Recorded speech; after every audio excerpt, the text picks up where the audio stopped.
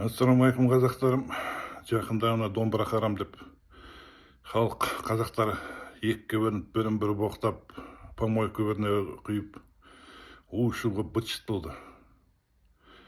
Енді мен осыған жауап берейін деп едім. Өйткені біздің дүмше мүфти мен дүмше имамдар ауыздары жабық, ештеңе айта алмайды. Өйткені білім жоқ, ештеңе жоқ, ештеңеден хабарсыз. Домбыра харам емес, бірақ домбыраны харам ететін істер бар.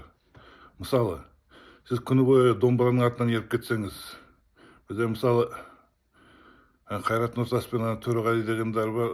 Олар интернетте, ютубта видеолары бар. Отырған бір 4-5 кісінің алдында барып арақ ішіп отырған, барып өлең айтып тұрғандар, ақша жасау үшін. Сондай-ақ саунаға барып өлең айтатын адамдар да бар бізде. Егер шайтан ақша берсе, шайтанның алдына барып өлең айтуға, домбыра тартуға да дайын көптеген біздің әншілер. Құранда орысша поэты деген сүре бар, жақсы сүре. Соны оқыңыздар.